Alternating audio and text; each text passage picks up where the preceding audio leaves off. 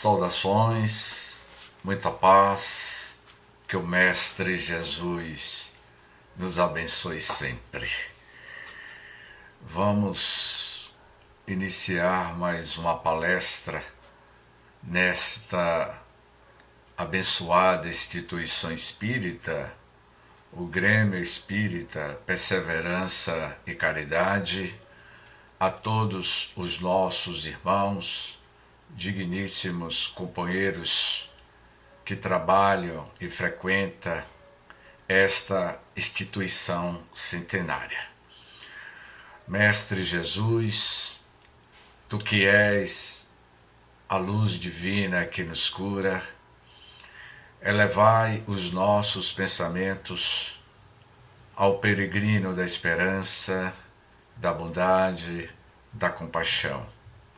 Que nosso Senhor Jesus Cristo e os benfeitores do mundo maior envolva-nos neste elo de luz, de psiquismo, de amorosidade a todos os companheiros que nos ouvem por esta live. Gratidão. Muita paz mais uma vez aos queridos irmãos do Grêmio Espírita Perseverança e Caridade.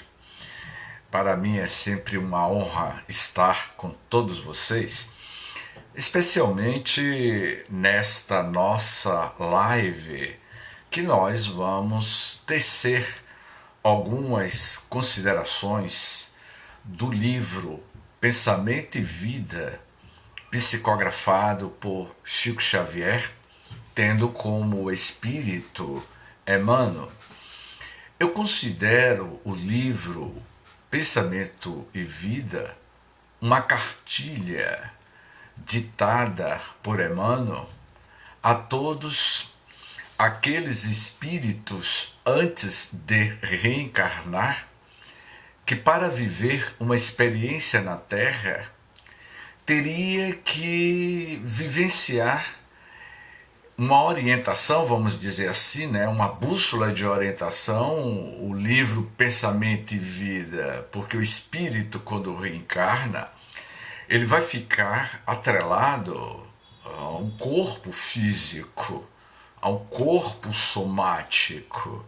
E eu sempre comento que esta prodigiosa beleza que é o corpo físico, ele é constituído de 10 trilhões de células. E o princípio inteligente do universo vai se manifestar neste corpo.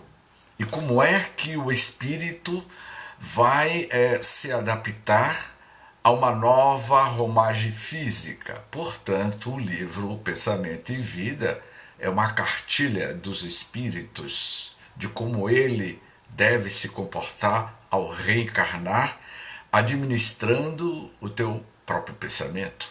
Portanto, nesse capítulo que nos foi sugerido como tema, sugestão, pensamento, disciplina, porque falar de sugestão, de indução, conforme o texto nos chama a atenção, quando Emmanuel nos diz, comenta-se o fenômeno da sugestão mental, qual se fora privativo de gabinete magnético específicos, mobilizando hipnotizadores e hipnotizados.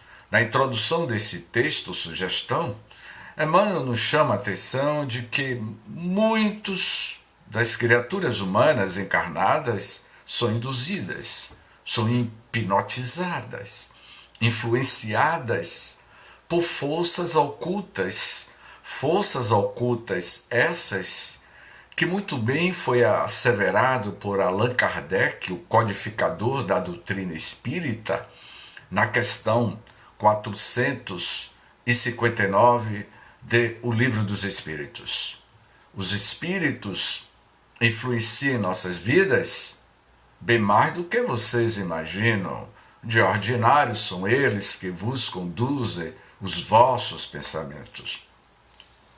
Portanto, nessa resposta que os espíritos deram a Allan Kardec, que os espíritos estão constantemente interferindo na nossa existência, na nossa jornada. E cada um de nós somos capitaneado pelo poder do magnetismo mental, pelo o fluido que aure da nossa aura, do nosso perispírito. Uma entidade espiritual se identifica conosco não é pela nossa aparência física, mas sim pela ascendência do psiquismo mental. É a luminosidade que aure dos encarnados que vai se identificar com esta outra sociedade de espíritos desencarnados que dividem o mesmo espaço conosco, quer seja dentro do lar, no trabalho, nas avenidas, aonde quer que você esteja, sempre terá alguma entidade benfazeja ou alguma entidade de espíritos infelizes, zombeteiros, sintonizando conosco através da matriz do nosso pensamento, que é o emissor. Então, quando Emmanuel ele vai tecendo comentários em cima do texto sobre sugestão mental. Entretanto, a sugestão é acontecimento de toda hora na vida de todos os seres com base na reflexão mental e permanente. Ele diz que as nossas sugestões é algo corriqueiro, é diário. Muitas das vezes nós somos intuídos, inspirados, e às vezes essas inspirações têm origens de espíritos que estão na mesma frequência mental nossa. Então Emmanuel vai dizer que é algo corriqueiro, muito mais do que nós imaginamos. Iria dizer o apóstolo Paulo de Tarso, em um dos seus textos, que todos nós somos observados por uma nuvens invisíveis. Paulo de Tarso certamente se referia sobre essas entidades espirituais ou esta outra sociedade espiritual que divide o mesmo espaço com o nosso orbe terrestre. Portanto, quando Emmanuel, em outro trecho desse tema, ele vai dizer: nossas emoções, pensamentos e atos são elementos dinâmicos de indução. As nossas atitudes, os nossos atos são, meus queridos amigos, esses elementos dinâmicos de indução. Emmanuel, nesse mesmo livro, Pensamento e Vida, na introdução do livro, ele vai dizer: o pensamento cria a vida que procuramos. Ou seja, o pensamento vai criar a vida que você está estabelecendo para você mesmo. É você que vai criar os padrões, as ações. É você que vai estabelecer o mundo em que você vai habitar, porque o mundo que você habita, ela tem a sua origem, a sua matriz na sua forma de pensar e de agir, de ver o mundo.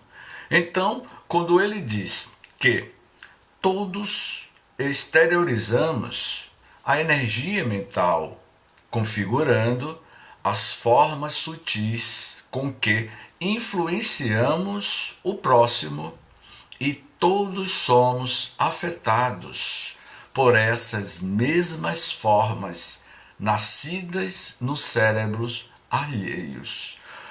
Imaginemos-nos que hoje nós somos uma população de 8,5 bilhões de seres humanos habitando o orbe terráqueo. Quais são os tipos de forma, pensamentos que nós jogamos para o psiquismo da Terra, para a camada energética da Terra? São bilhões e bilhões de pensamentos circulando acima da velocidade da luz, como se fosse uma teia de aranha circundando todo o orbe terrestre. Vai dizer Joana de Ângeles em uma de suas obras, como também um cientista japonês que estudou a produção do pensamento, ambos, tanto esse cientista japonês como Joana de Ângeles, eles vão dizer que cada um de nós produzimos por dia aproximadamente 60 mil pensamentos por dia. E a maioria desses pensamentos que nós produzimos são pensamentos negativos, pensamentos de preocupações, falando da vida alheia, produzindo sentimentos negativos, como vocês vão ver mais adiante. Eu vou falar sobre a vontade do pensamento, o pensamento, disciplina e vontade associado à sugestão. Então, quando Joana diz que a nossa produção mental é de 60 mil pensamentos e que um percentual muito insignificante são pensamentos edificantes, positivos, basta percebermos como está a atmosfera psíquica da nossa Terra, a Mãe Gaia, o planeta Terra. E como é que está o seu estado mental atual? Porque você é um grande micro-universo dentro de um macro-universo pensando. Portanto, quando ele diz que este princípio de repercussão nos comanda a atividade em todos os passos da vida. Esse comando que você dá ao pensamento é que vai ser a bússola de orientação ao longo da jornada da vida na Terra. Você vai estabelecendo padrões, construções, para que você possa gradativamente construindo o mundo que você aspira, esse mundo de regeneração que eu tenho tanto comentado nas nossas lives, nas palestras. Se você deseja construir um mundo de regeneração, inicie regenerando a sua forma de pensar, a produção mental que você está criando para si e para o mundo aonde você está mergulhado, para o mundo aonde você existe e vive como um ser espiritual encarnado em um corpo físico. Siddhartha Gautama, Buda, ele iria dizer: somos o que pensamos. Com pensamento construímos o mundo. O mundo nada mais é do que a construção mental dos seus próprios moradores. Buda, na sua sabedoria milenar, ele iria dizer que o mundo é a consequência do pensamento dos seus próprios moradores. Portanto, meus queridos irmãos, existe uma pergunta clássica de conhecimento de todos nós. Diga-me o que pensas, que eu te direi com quem andas. Quem não já formulou esta pergunta? Diga-me o que pensas, que eu te direi com quem andas. Se apresente. Que tipo de comportamento você vai ter? É o seu comportamento, as suas ações, as suas atitudes? Você vai estabelecer afinidades semelhantes com os seus afins, assim na terra como no mundo espiritual. Na terra há as desigualdades sociais, existe o rico, o pobre, as projeções sociais, mas no mundo espiritual, a desigualdade no mundo espiritual não é estabelecida pelo poder de posse, pelo título, pelo diploma, pelo patrimônio que você possui. No mundo espiritual, títulos de nobrezas, títulos acadêmicos, não vale nada, porque lá os espíritos vão se afinizar por classes espirituais centrado em seus valores morais e éticos. É por afinidades de ascendência espiritual um para com o outro. Mas aqui na Terra não. Todos nós estamos neste caldeirão de diversidades, de diferenças de classes sociais, políticas, religiosas. Mas no mundo espiritual é diferente. Você vai estar com a sua classe espiritual de acordo com os padrões mentais que você está afinizado, mentalizado. Então, diga-me o que pensas, que eu te direi com quem andas. Em cima desse questionamento, eu diria, meus amigos, o autoexame. O autoexame do pensamento, da disciplina e, acima de tudo, a vontade de transformar a sua forma de pensar diante de si para exteriorizar o teu pensamento em benefício do próximo. Então, eu diria, o autoexame. Examine os teus pensamentos, os seus sentimentos, se são positivos ou negativos, se existem mágoas, ressentimentos, críticas ao seu próximo ou gratidão no seu coração.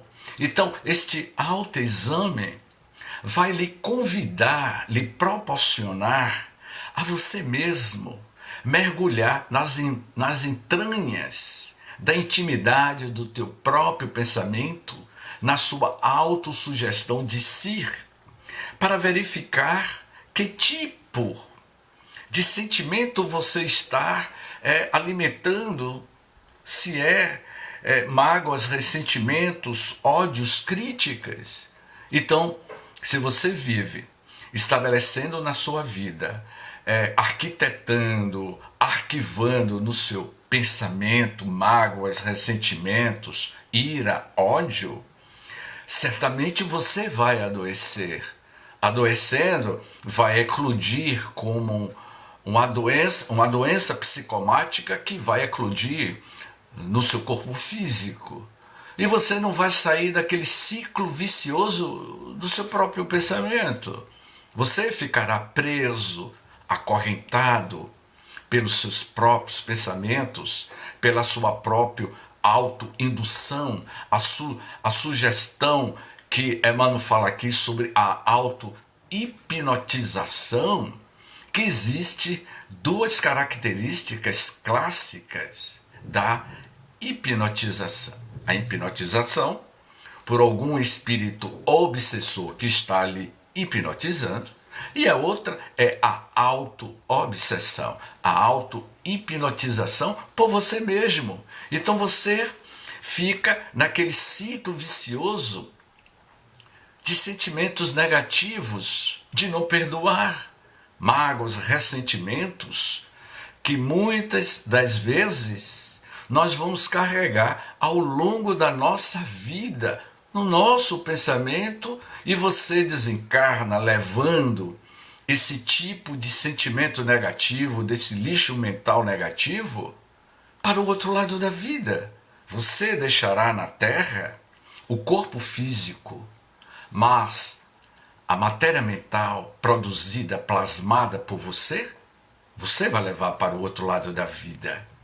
E no mundo espiritual, você vai ficar nas suas próprias teias mentais, criada por você mesmo. Você ficará preso às suas próprias teias, criada por você mesmo. Portanto, há uma necessidade deste autoexame, não é? Buscando a gratidão, o sentimento de coração, mudando o diapasão da nossa forma de pensar, o diapasão da energia espiritual que aure ao redor de todos nós. Existe também a questão dentro do pensamento, da disciplina, da autossugestão, que são as nossas palavras. A palavra, ela é bendita. A palavra bem colocada, bem posta, ela transforma a nossa forma de pensar. E tuas palavras, como estão as tuas palavras? Como você está dialogando com o outro? Não são consolo ou intriga, dão esperança ou tiram esperanças. Você tem consolado com suas palavras? Você tem levado esperança ao próximo? Ou fala mal do seu próximo? Porque quando você está falando mal do seu próximo, você está se auto-envenenando com uma linguagem negativa. São de consolo ou de intriga? Você está consolando ou está criando intrigas? Porque tudo isso vai repercutir no seu mundo mental, que por sua vez, o princípio inteligente do universo, que é o Espírito, conforme a pergunta 26 do Livro dos Espíritos, que é o Espírito? E os Espíritos responderam a Allan Kardec que o Espírito é uma centelha, é um clarão. E para que esse Espírito se manifeste na Terra, ele precisa de um corpo, conforme eu falei na introdução da nossa palestra, da nossa live. Então, é o Espírito que é o gerador, é nele que vai ficar arquivado todas as nossas ações, todas as nossas atitudes. E este clarão, esta centelha que é o ser espiritual, ele é que comanda os 100 bilhões de neurônios que existe a força do pensamento que vem desta caixa craniana, que é manipulada pelo espírito, a força do pensamento.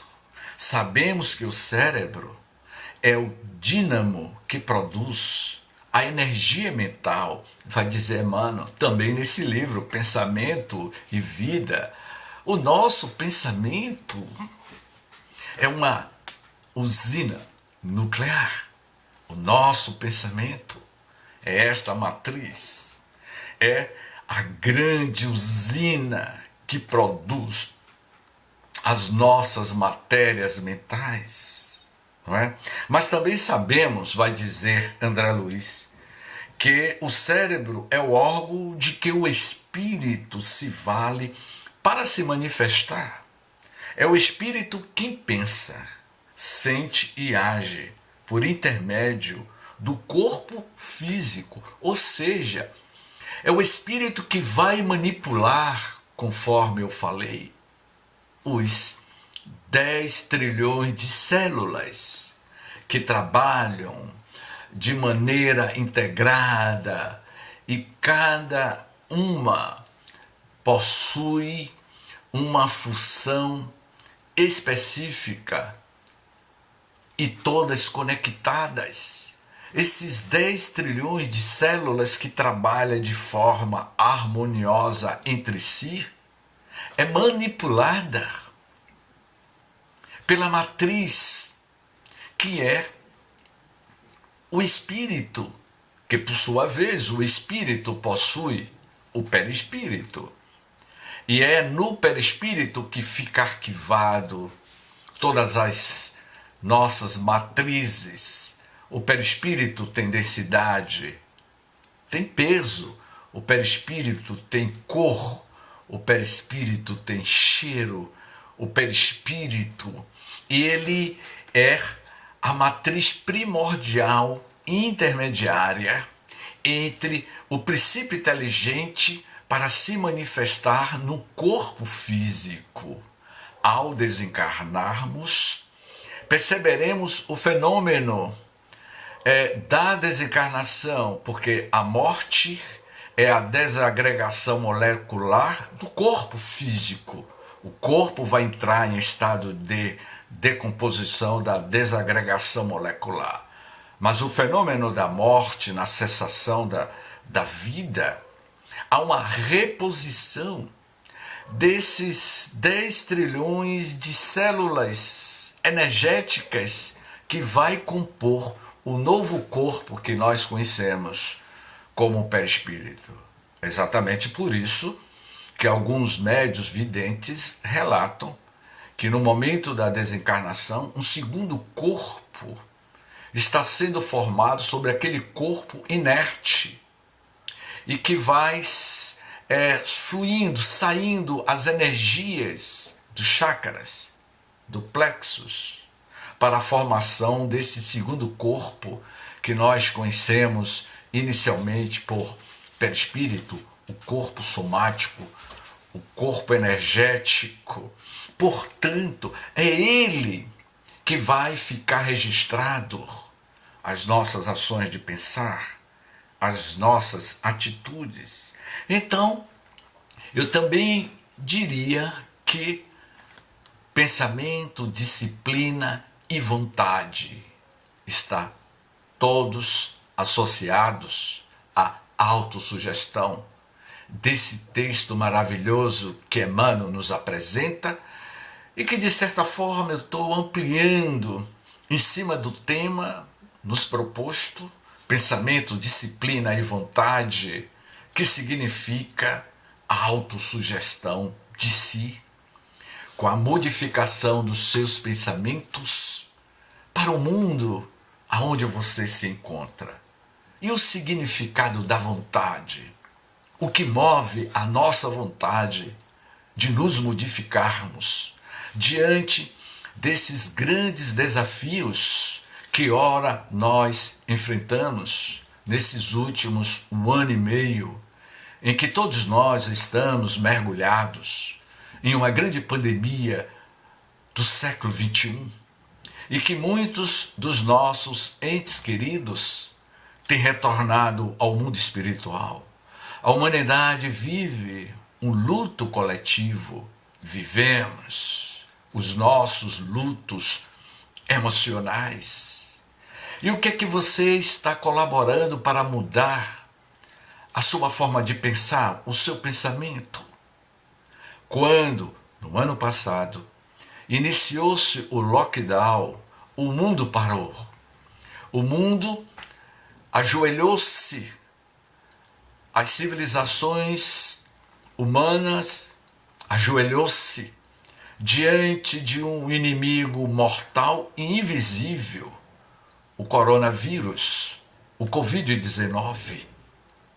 E ficamos todos estáticos naquele momento do lockdown, da quarentena, de cada um de nós nos ficarmos mais em casa, pensando. Foi relatado pelos meios de comunicação aqui no continente sul-americano, como no continente europeu, em várias partes do mundo, se ouvia um zumbido, um som, um zumbido. Isso foi comentado pelas redes e noticiadas pelas emissoras de TVs em todo o mundo. Eu comecei a perguntar do que se tratava, eu comecei a fazer uma autoanálise baseada em um pensamento de Sai Baba.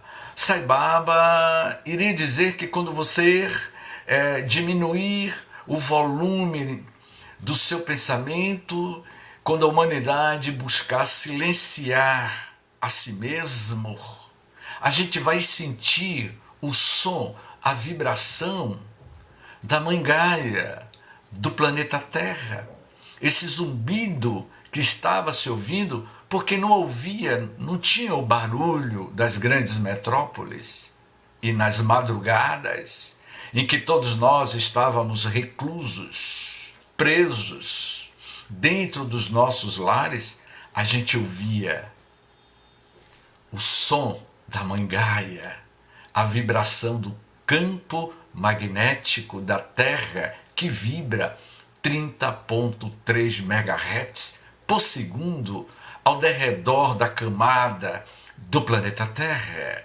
E Sai Baba vai dizer que quando você aumentar o seu padrão de luz mental, você vai vibrar na mesma faixa do campo magnético. Imagine vocês como o planeta Gaia começou a vibrar de forma saudável, porque os pensamentos estavam mais introspectivos desta coletividade humana. Portanto, quando o Buda afirmou que somos o que pensamos, com pensamento construímos o mundo, então o campo magnético da Terra, ele é constituído e de certa forma influenciado pelas nossas formas, pensamentos. Então, quando esse texto, que foi fruto também de um estudo, de uma palestra que eu fiz alguns anos atrás sobre pensamento, disciplina e vontade, veio encaixar perfeitamente nesse tema do livro Pensamento e Vida. Sugestão, quando dizemos assim: a vontade é a maior de todas as potências da alma. Tenha determinação, tenha vontade. Quando Jesus afirmou: se tiverdes fé do tamanho de um grão de mostarda, removerá os grandes obstáculos na tua existência. Esta fé é movida pela vontade. Não basta ter fé. Aí eu tenho fé que eu vou superar as minhas dificuldades. Mas tem que ter ação, tem que ter vontade. Essa vontade de viver é como um imã que atrai em novos recursos vitais. A vontade vai fazer com que você seja este grande imã, este grande dínamo de luz que vai atrair o que você está pensando, o que você está estabelecendo. Portanto, meus amigos, nesse texto que nós desenvolvemos algum tempo atrás, eu iria também dizer que é o atributo do espírito que vai lhe dar o direito de progredir em busca de uma força propulsora que direciona sua existência, que é a vontade. Vontade essa que Jesus muito bem se expressou no seu diálogo com os seus discípulos, ensinando-lhe a disciplina do pensamento. Quando Simão Pedro, ao perguntar a Jesus: Rabi, o que devo fazer para me aproximar de Deus? O que devo fazer para não cair na tentação? E Jesus iria lhe dizer: para que você possa sentir a presença de Deus na tua vida, és através da oração, Simão. A oração é a conexão com o divino, é a conexão com o Criador, do criado com o Criador. É a nossa janela da alma. Quando você abre a sua alma, o teu pensamento, através da oração, da meditação, você vai se conectar com as energias telúricas do universo, que é esplêndido. Quando nós oramos, é como se uma grande força de usinas de luzes cósmicas explode de dentro de si, conectando com a matriz do universo, que é o Criador, conforme está na primeira pergunta do Livro dos Espíritos, que é Deus. Deus é a inteligência suprema, causa primeira ou primária de todas as coisas. Portanto, nas nossas considerações finais, eu diria, o fortalecimento da vontade, do pensamento, disciplina, disciplina, disciplina. Essa foi a resposta que Emmanuel deu a Chico. Discipline a sua forma de pensar, discipline a sua forma de agir. Tenha fé. Esse fortalecimento da vontade através do pensamento é a fé que vai remover os obstáculos existentes dentro de você. Quando o homem diz que não pode vencer suas próprias paixões, esse homem está morto de vontade e frio nas suas convicções espirituais. É um pensamento do espírito Miramês. Eu vou repetir para que fique gravado e arquitetado no nosso mundo mental. Quando o homem diz que não pode vencer suas próprias paixões, esse homem está morto de vontade e frio nas suas convicções espirituais. Por nossa vontade, podemos agir tanto no sono como na vigília, com tenacidade, pois ela é uma corrente poderosa que mina devagar e silenciosamente vai criar obstáculo se você deixar que a vontade deixe de ter vontade de viver. Portanto, meus queridos irmãos, pensamento, disciplina e vontade é a proposta deste capítulo, sugestão do livro Pensamento e Vida, a autossugestão. Modifique a sua forma de pensar e de agir. Muita paz, que Jesus nos abençoe. Vamos orar. Que o Mestre Jesus alimente as nossas almas, iluminando o pensamento de todos, abrindo a janela da mente, a janela da alma, para sentirmos a presença do Criador em nossas vidas. Gratidão, muita paz.